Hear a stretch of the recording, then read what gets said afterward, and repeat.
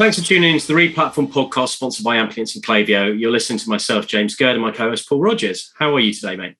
Good, thanks. I forgot about the podcast earlier when I cycled in. So, I look like I'm about to go to the gym. But aside from that, all good. How are you doing? Yeah, it's an active Monday for the podcast. And I was at kickboxing personal training this morning. So let's hope we stay awake. Yeah, good start to the week.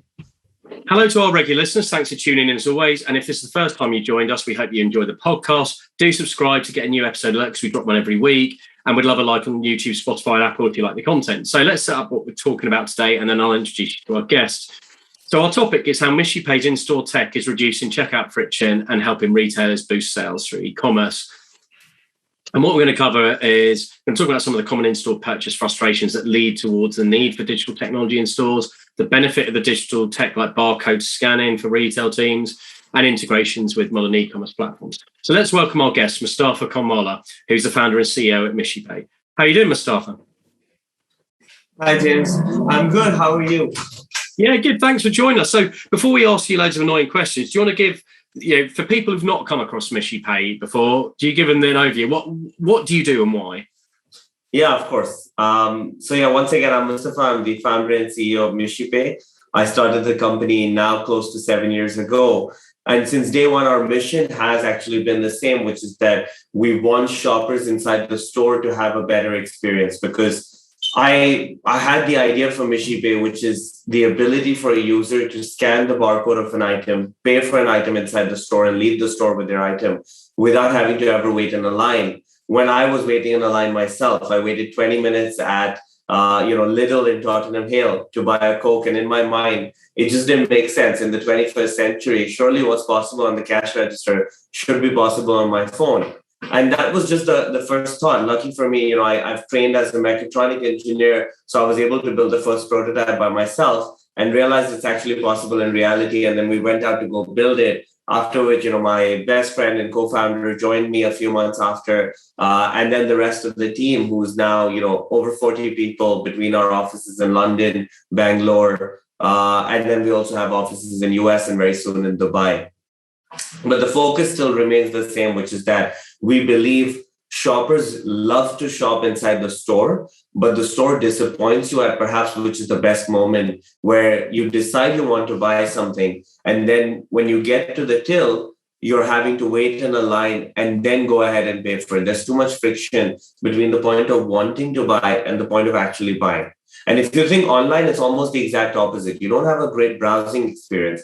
But when you've decided, you can find out all the information you could possibly ask for. You can add it to your basket by yourself and buy it. So you have the autonomy of your purchase. So what Mishipay is looking to do is bring the best of that online checkout experience into the physical store, starting with the ability for the user to scan, pay, go, and eventually taking over, hopefully, all the transactions inside the store through our other, more supplementary products to scan and go. But the beginning for us is scan and go because it's something that can just be put live inside the store without any need for hardware or software infrastructure changes on the retailer side.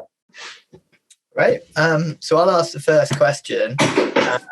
Really interesting one. So what's your view on the current state of footfall within physical retail? We've got a few clients that have been really positive about London stores recently, but what's your view on kind of now versus pre-pandemic levels and kind of how retailers are finding things at the moment? So almost across the board, most of our retailers are saying that they're above 2019 levels now, right, in terms of sales. Now, a lot of them are not counting footfall separately to sales, but where they are counting footfall separately to sales, they are saying footfall is up compared to 2019 levels. This could also be the surge that has come back in tourism.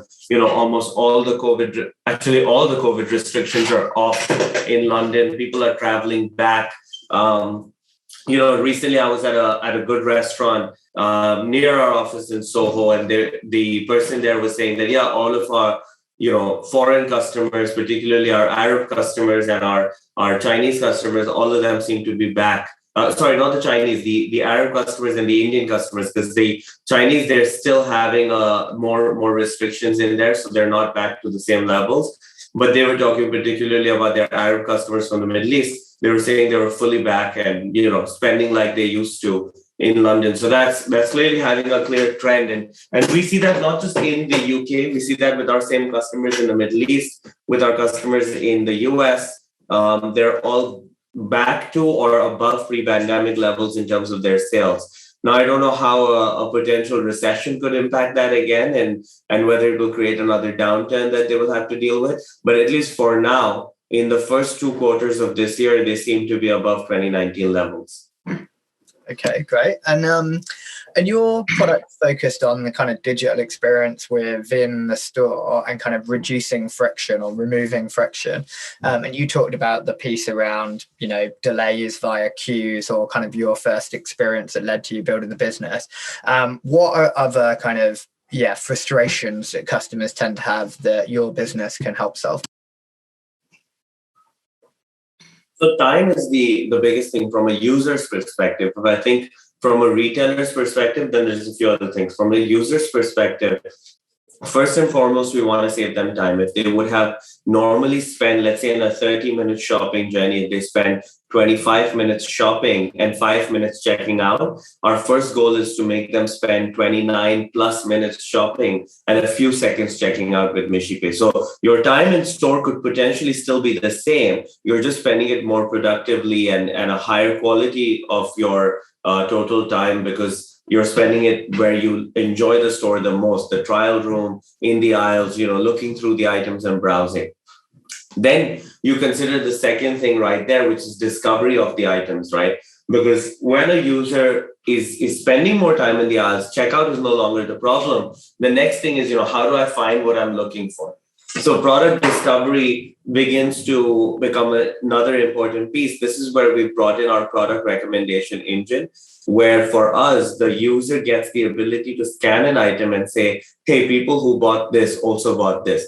Very similar to what you're getting used to seeing online on Amazon or really most good e-commerce websites. They will recommend you based on what you've already added to your basket or what item page you're on. So we realized that inside the store, you can also do it. It just happens today through the member of staff who's usually very knowledgeable about people saying that, okay, if you're buying this white shirt, I know that this scarf will go well with it, or I know that your taste is of this type, so this other shirt is going to be interesting for you. They're doing a lot of it, but they're doing it one-to-one, and they're not able to program it into being a fixed set of rules that you can apply, right? Or put it into a machine learning algorithm so that it can consistently evolve. So when you add in a new staff member, like is happening across the whole retail spectrum today, they had to let go of so many people, or so many people also left for other reasons. Now they're rehiring. They'll have to retrain them. But with an engine that's using data for recommendations, you don't need to retrain it every time. Every time the user does a purchase, it becomes smarter. So that's what we're really happy about with helping with product discovery inside the store.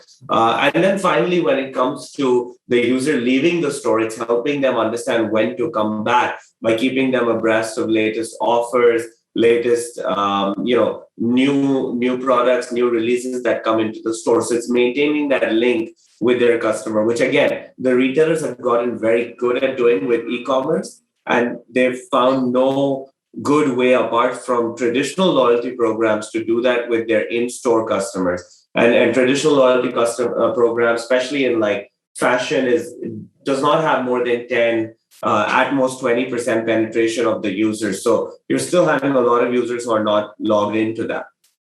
So that's what we can help with in the last piece, which is furthering your loyalty program or adding a loyalty where you don't have one by yourself, because effectively Mishipay still gets all the data about the user, not just what they're buying, but what they're thinking of buying and why. Because we can see what have you scanned, what did you add to basket, then what did you eventually buy? So which were the abandoned baskets in the middle or abandoned items in the middle that you were interested in, which we can now draw some behavioral analytics from and understand that, okay, Paul is this type of a shopper or James is this type of a shopper. Let's say one of them is only interested in items which are on sale. So there's no point recommending something which is not on sale for you. So those kinds of areas are key for us to help the user on. And then when it comes to the retailer, I think any B2B company that sells into a business has to eventually have some way to save money through their product or make money through their product. You have to be able to boil it down to one of those two areas. For us, luckily, we can help with both, because on one end, we reduce the need for cashier staff and cashier spots. So you can use that resource elsewhere in the store, on the sales floor, in the back office, wherever you want to as a retailer. But then you also have the ability for the user to buy more than they were because of that engagement during the journey, the better quality of their time, and the fact that they can keep coming back to the store more often. What level of store do you typically work with? Are you agnostic to size of store or No. velocity? It's a key point, actually, because we started off by saying, really anyone who wants to work with us, let's start with them. Because when you're a startup, especially selling B2B into physical store retail, it can be very difficult, because retailers operate on much longer cycles inside the store. They're much slower than when they make changes on their website. And there are so many other factors you have to consider. So it's really hard. So in the beginning, we said, we will try to get any retailers who want to work with us, anyone who's innovative. And we made some mistakes. We went into retailers where we didn't really give ourselves the best chances of success, right? We ended up starting some pilots where there was no need for the solution. At least that first use was not clear. So we started to realize that, we have to have three key criteria there.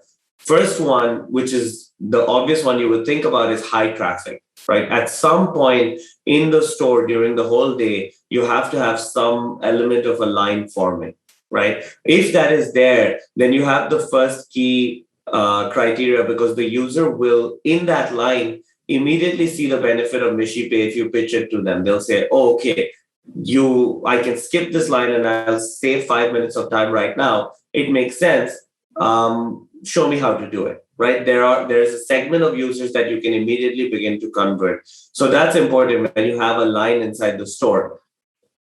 We typically look for traffic in terms of numbers as, a retailer with more than 3 transactions per square meter per day.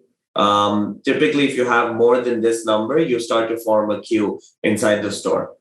What we also see is that repeat frequency is important, because, for instance, an electronics store, a pure electronics store in the traditional sense, think like a Curry's PC World, may have queues at some point in the day, but you typically visit that store once in a year, once in 2 years. So even if we spend on customer acquisition, the payback is going to be very slow, and the recall value is almost zero for the customer at that point, because they're not coming back often enough. So that's why we also look for a repeat frequency, where the user is coming to the store once in 3 months or more often.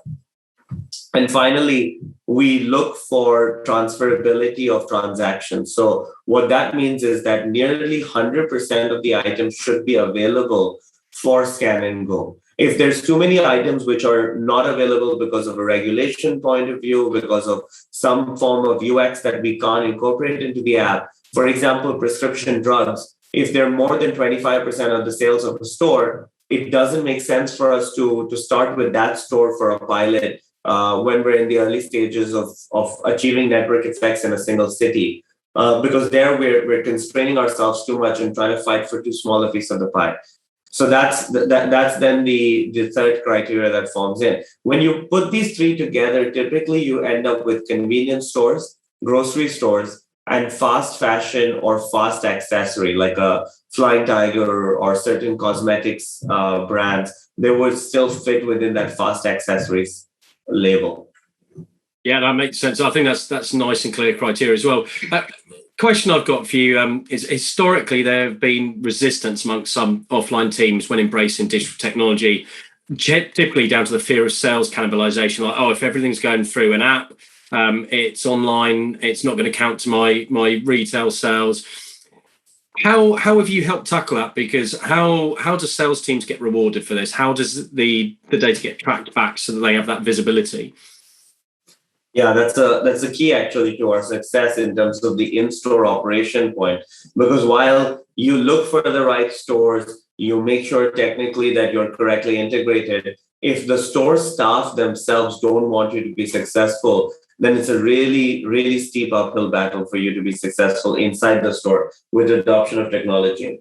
But it starts on the tech side, actually. So when a retailer is convinced on the value we bring in terms of reducing cost or increasing sales, the next question from their perspective is always about what does it take from my end to make this live inside the store? First, technically, right? And if that means that their technical teams have to do any work to change their infrastructure, this becomes really difficult, right? This is what the SAP and Microsoft Dynamics and these type of brands have to deal with, but they're used to it. They're used to that 12, 18-month cycle. There's hundreds, if not thousands of vendors out there who do the work for the retailer, and that's what they're used to. But a startup can't operate that way, right? For us, an ethos we had to build from 2.5 years ago is that we require the retailer to do no additional work. We plug into their existing systems, whether that is the product catalog, the POS, the loyalty program, the promotions, and we do it so that they don't change any infrastructure. They look at us as an existing till, except we're in the cloud, but they send files to us, they do the same way they do to the others, and they receive files from us the same way they do from the others. That way, internally, even though it's an online sale, the payment is an online payment, it's recorded as an in-store transaction. Right? So as a user, yes, you're paying with your credit debit card or Apple Pay or Google Pay the way you would on an e-commerce website, but the sale is still recorded to the store. And that way, we can still record it to an individual salesperson if we like, by embedding their, for example, their ID into a lanyard with a QR code. So there you can always track back the sale to where it originated from.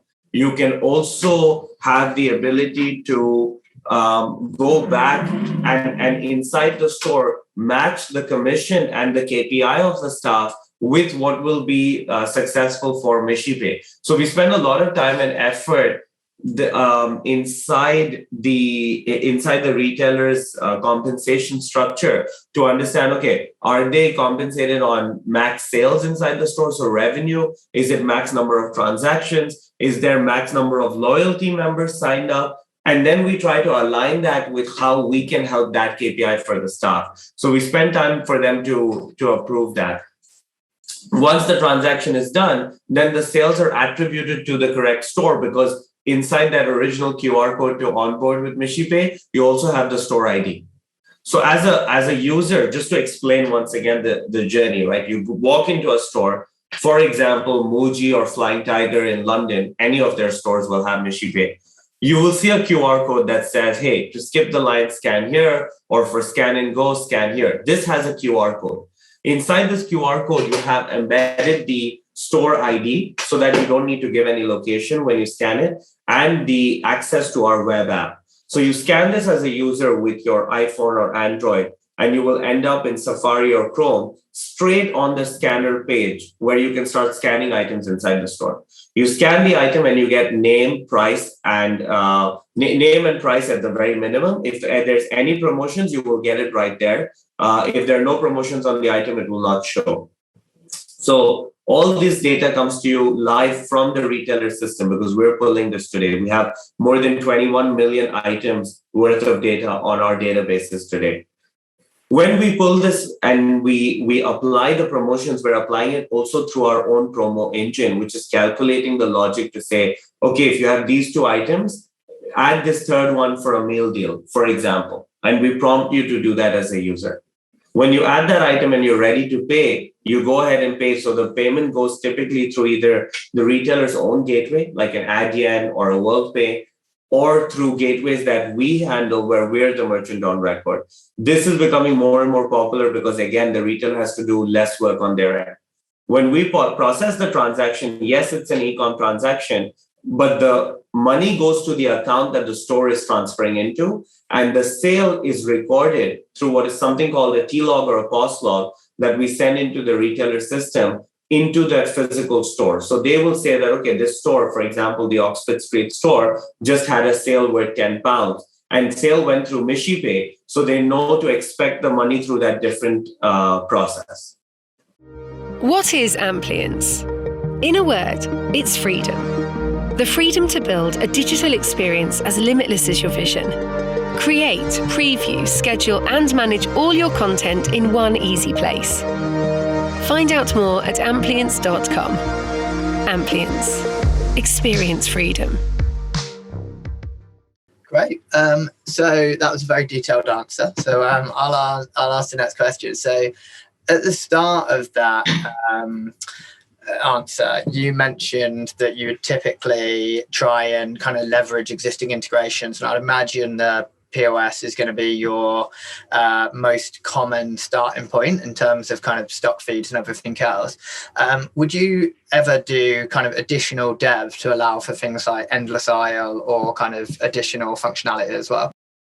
Yes, it makes a lot of sense to us after we're successful with Scan and Go, because see, the gap in the market, which is just a general view, right, of physical store, is there is a big difference between the capability of the current POS at most retailers and the demand of the customer experience from the user. There's a big gap between this in what the users are demanding inside the store, the discovery of items, the easy checkout, better connections to their, to payment methods they want to use online, the ability to have more loyalty and points through that. All these things, when you try to build it with a traditional POS, which does not have an innate capability to do that, you're talking about years of time and millions of dollars that these retailers have to spend.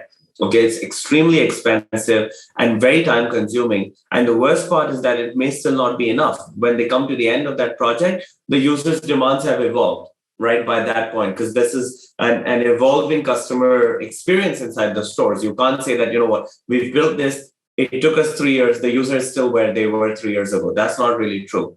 So what you need is something that can move quick and still adopt and evolve to what the user wants. And we believe that we can do that because we're mobile first, web as well as iOS and Android. We can change ourselves as needed.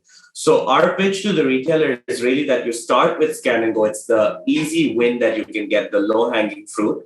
We plug into your systems in just 2 weeks. And when you start, within the first 3 months, you should see 10 to 15% of your store transferring over to paying with their own device. After that, once we've achieved that, then yes, the next step is for us to try to take over near 100% of the transactions so that we can effectively be the front end of the store, and the retailer still uses their own POS as back end for the inventory management, promotion creation, accounts type functions. They could either use an ERP or they could use parts of their POS because it's good for that. It's good for back office, but we are good for the front end of the store. And the applications that we would go to, the very next one after Scan and Go is our own version of a self-checkout kiosk.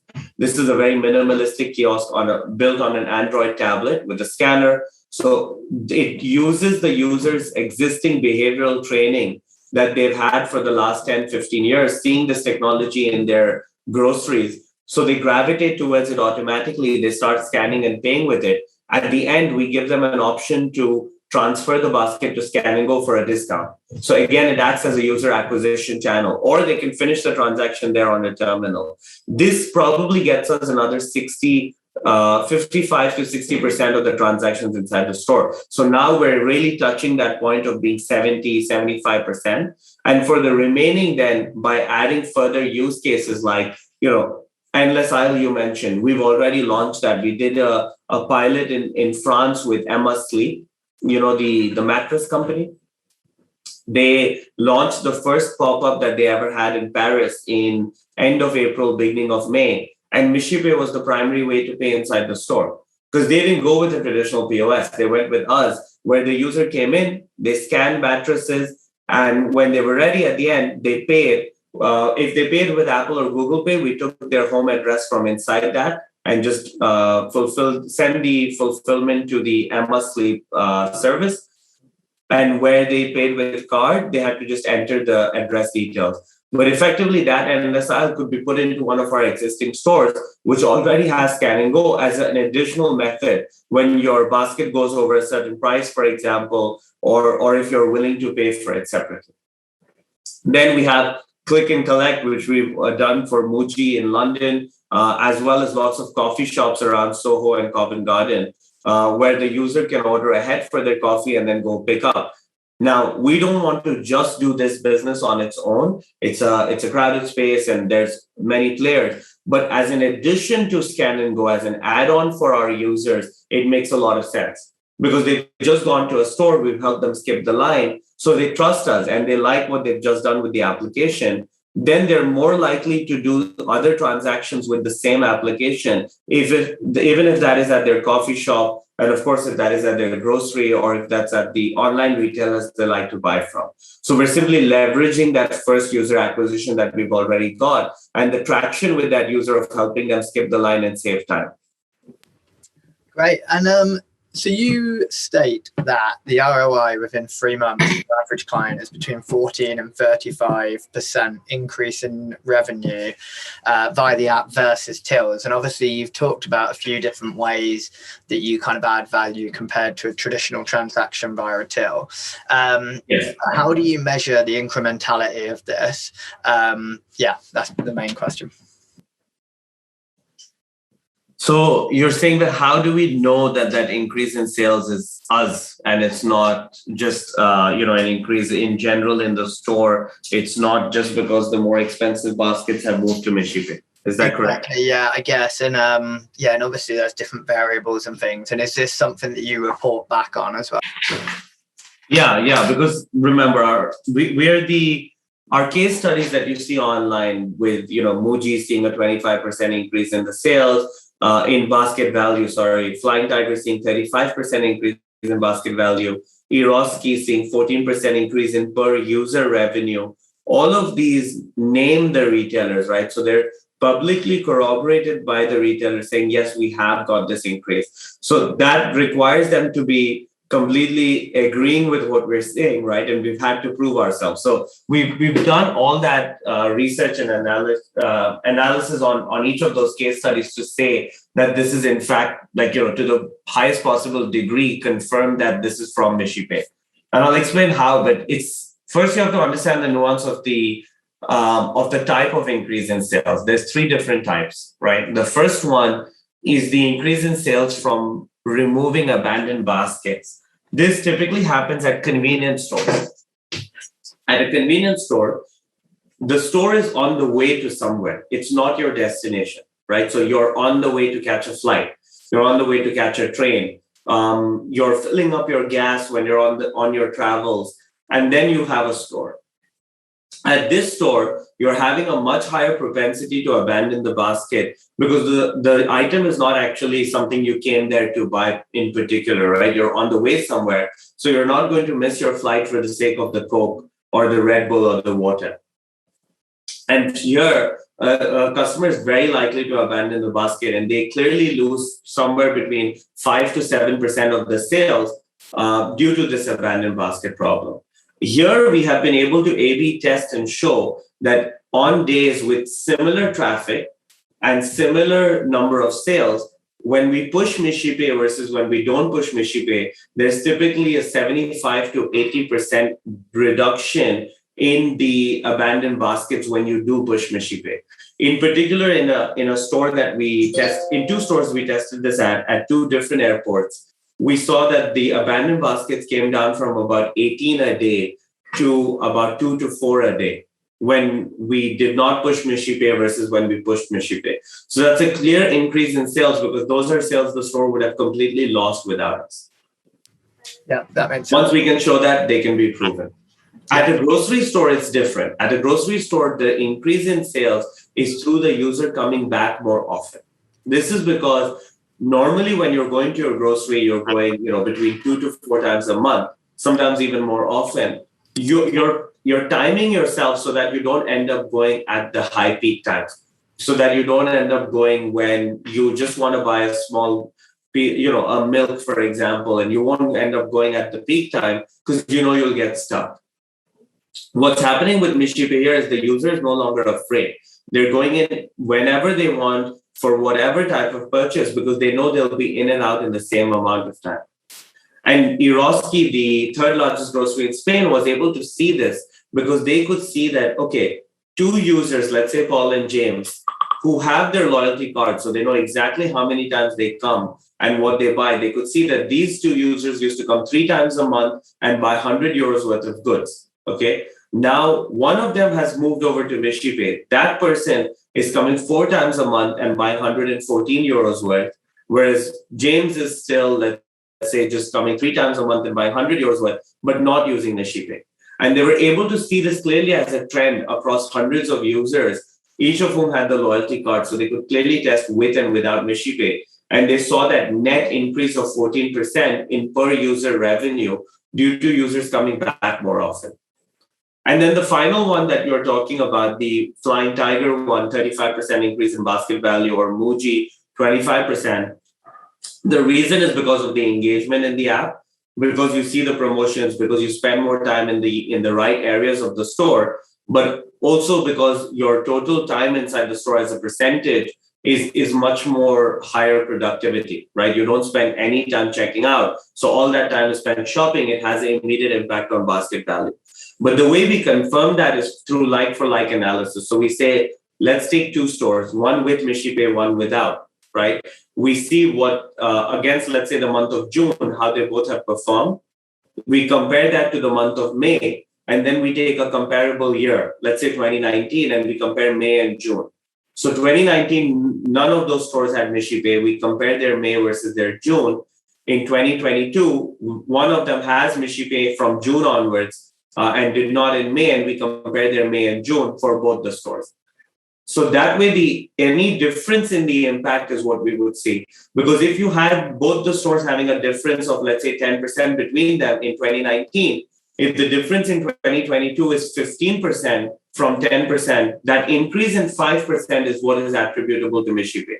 That's one way of looking at it. The second way is that when there's an increase in basket value, we try to see if it corresponds to the penetration inside the store. So if we are 10% of the transactions and we have a 25% increase in basket value, it should roughly be a 2.5% increase in the store sales overall.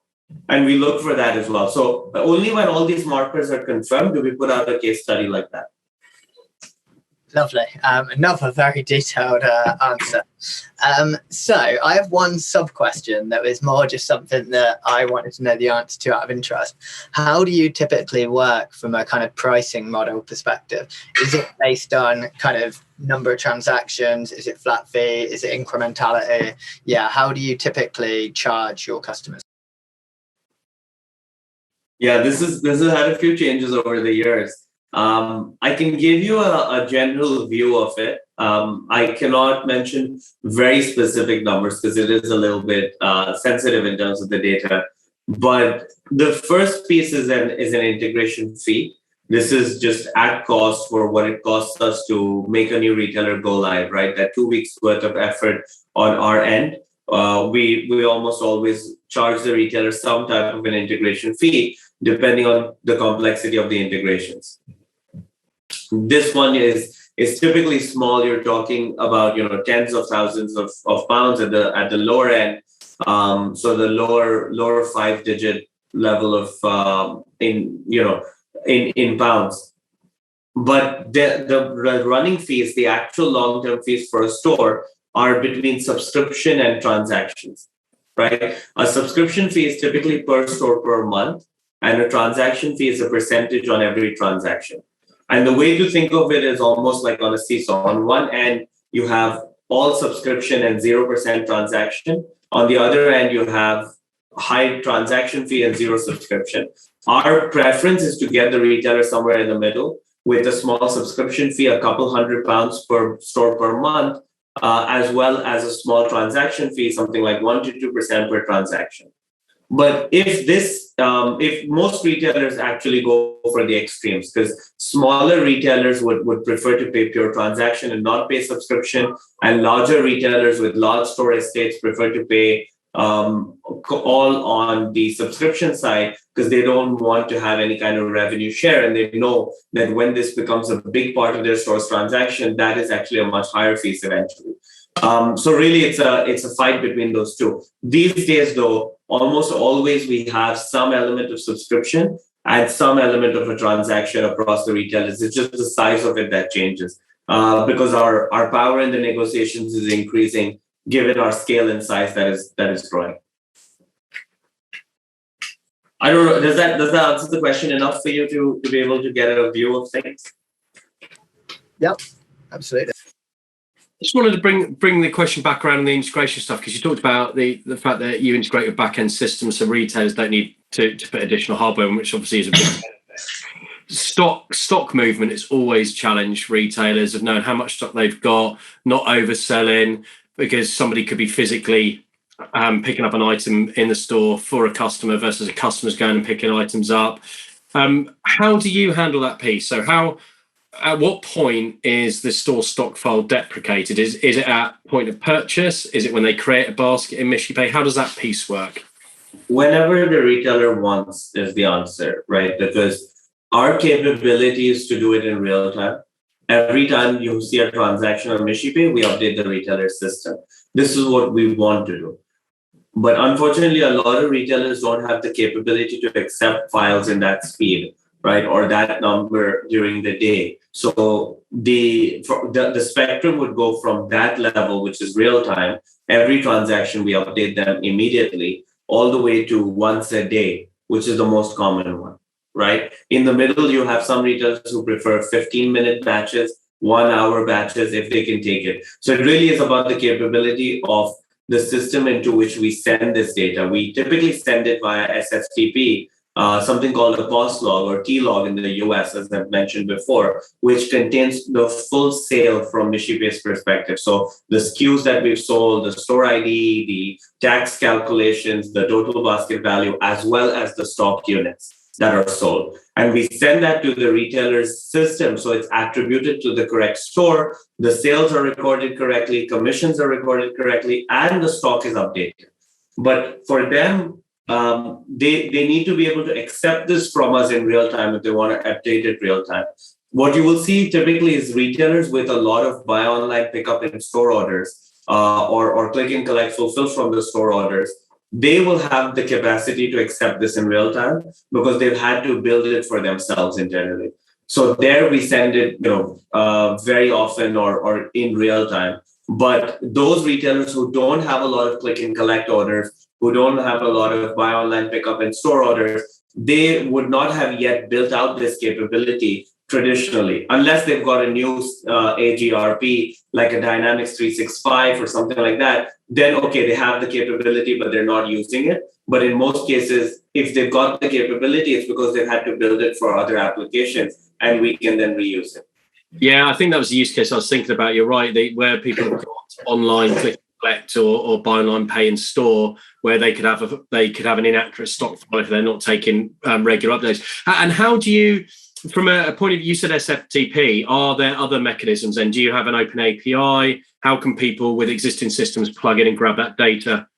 So typically, just on a broad level, it would be file transfer or API, right? Those are the two ways in which we would exchange the types of files, range from XML, JSON, CSV, .dat, whatever the retailer is using. Again, we don't ask them to make any changes here. The same format of their file, the same data that's inside their file that they use for the POS, they use for us. That way there's, all the heavy lifting is on our side in terms of interpreting what those files are saying, converting the format to something our systems understand, and then sending it back in the format that they want it. So we do all that work for them. But yeah, typically it's file transfer over SFTP or really any other protocol the retailer wants to use. We've had a few other types of systems. Sometimes, we have to be part of a VPN to be able to send and receive some of these files. Otherwise, we set up our system for them to send and receive from there. And then in the case of an API, we just call the information when we need it. That way we don't have a lot of storage that we keep. But unfortunately, not a lot of retailer systems have APIs capable of what we need. Because if you think about it, inside the Mishipay app, you're calling the product details so many times, right? You're typically calling a product API like 10, 15 times.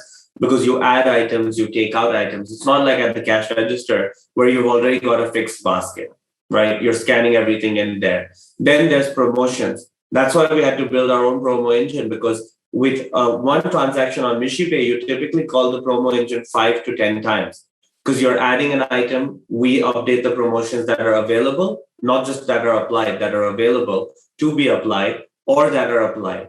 Then you change a quantity, we recalculate. You add a new item, we recalculate. You take out an item, we recalculate. At the till, that's not what's happening. You add all your items, remove whatever you want, and then they calculate it once or twice at most per transaction. So again, the capability required here is much higher in terms of what we do. And how about returns? Because returns is always a challenge from a process and a technology-wise for omnichannel retailers. How, because you've got the scan and go and you've got purchases going through your app, but most people will return an item to the store physically, but they might send it through an online portal. How do you close the loop on that so that all of these systems are synced to have like order statuses? Our recommended way is to do the refund on the Mishipay dashboard. This is the staff-based application that we have, which is like a back office on which they can see in real time all the transactions being done inside the store. They can see analytics of which users on which platforms have made those transactions, which type of payment methods have been used. They can use it for scanning the QR at the end of the journey for verification and security against theft. And they can use it for refunds. And when they use it for refunds, that way we ensure the money goes back at exactly the same payment method the user used. We update the in-app receipt as well as sending back the POS log for a refund to the retailer. So when you do it from the dashboard, everything is synchronized. Now, some retailers do not want to follow that. So they may do a refund on their traditional POS at a different payment method than the one that you use for paying. And then we have to be informed separately. Or they may do the refund at the POS, but we still refund the actual money. So at the POS, they simply record that you've sent back your item. They do their checking as they would in their normal procedure. And then they inform us that XYZ items out of this basket have been refunded so that we go to that basket and actually just refund those items. But because we're sending the POS logs and everything synchronized into their own POS, let's say if the frequency is once a day, within 24 hours of your purchase, your transaction is on their till as well. So if they want, they can do their same traditional return procedure, or they can actually choose to return with Mishipay, which is just much cleaner and much more synchronized into their systems. Lovely. And last question. I think this has been a really interesting episode. And I think there's a lot more to this than I'd maybe thought at the start of the episode. Definitely lots of good stuff. And I guess where do you intend to go next? I guess the pandemic's probably been quite interesting from like an adoption perspective, lots of new features, etc. But what are you looking to do next? What else are you looking to build into the product? What's on your roadmap? Yeah, the pandemic has been really, up and down for us in terms of adoption as well as business success, because, times when all the stores were closed were really tough and scary times, because we had a lot of retailers, not a lot of grocery, right? We were still just starting out with the first few grocery retailers. So their stores were completely closed during certain points of the pandemic. And that was not easy. But what was really good was when they reopened, we had retailers signing like never before, right? So we made it out of the pandemic net positive. Like I think from March 20 to March 21, we were up like 3.5x on our business. And then March 21 to March 22, we're up again by another 3.5x. So we've eventually made it well through the pandemic. But it did take a lot of effort to get there. I think the user side of the adoption, though, has also seen a big increase that across the board, we're seeing almost every retailer go to some form of self-checkout, right? You're seeing this with fashion retailers, Zara, Uniqlo, H&M, also starting self-checkout kiosk-based systems. Right, the same as what we were seeing in the groceries. We thought they would never come to fashion. I think universally every fast fashion retailer we've spoken to is thinking about them. So I think that it's also had that shift because the users are ready to use these inside the store. They're becoming more and more, accepting of these methods. You go to a McDonald's today, and most of the time there's no one at the cash register. Everyone has to make the order through the kiosk, right? Same thing when you go to a Tesco or a Sainsbury's. Now there's very few times that someone is going to the actual cash register with a human behind it, just because the retailers have forced you there. Across all the other markets as well, they're considering this option now. And the way they're thinking about it is on a spectrum. On one end of the spectrum, you have the traditional self-checkout kiosk. On the other end, you have the computer vision, Amazon Go style, right? We are in the middle with Mishipay. When you compare these three on aspects of CapEx, OpEx, reliability, scalability, value generated in terms of reducing cost, increasing sales, and finally the UX for the user, you see that the kiosk have some great benefit in terms of reducing cost, super reliable for what they do for you, but users hate using them and they're big CapEx. The computer vision is extremely expensive, CapEx or OpEx, but the users love using them. However, they're still unproven at scale and still not so reliable. So when you come down to Mishipay, we've been in hundreds of stores. We've proven our increase in sale as well as reduction in cost capability, very easy and cheap to start with and reasonable to run as an OpEx, but also where our user NPS is over 75, users love to use us. We see that this ability to scan and go is probably what is most impactful, most effective for the broadest swath of the market because we are practical yet effective. The next stage, though, will be about the kinds of vendors and the systems which can take over nearly all the transactions inside the store.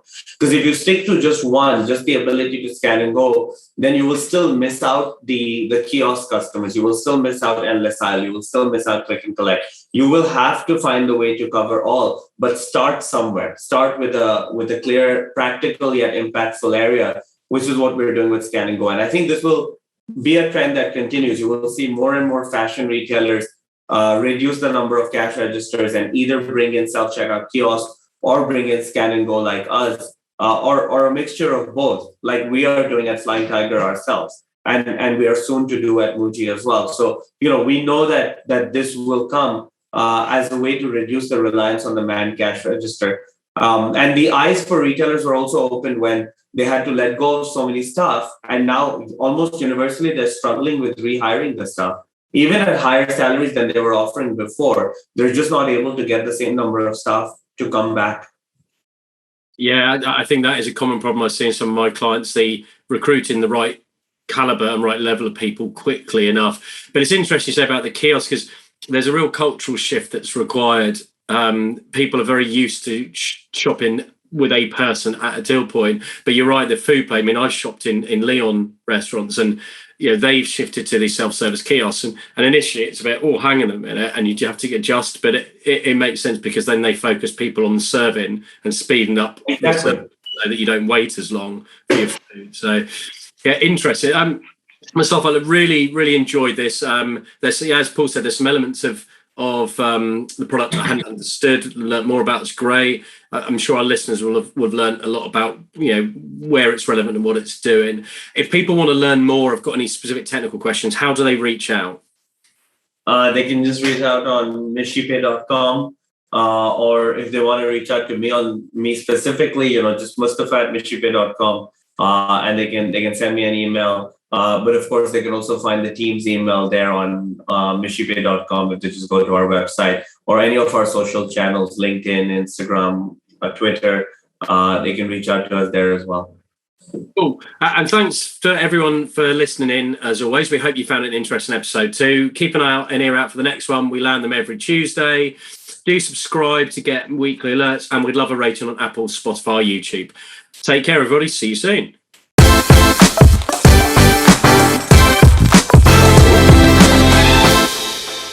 For more information on this topic, head over to replatform.fm for our audio podcasts.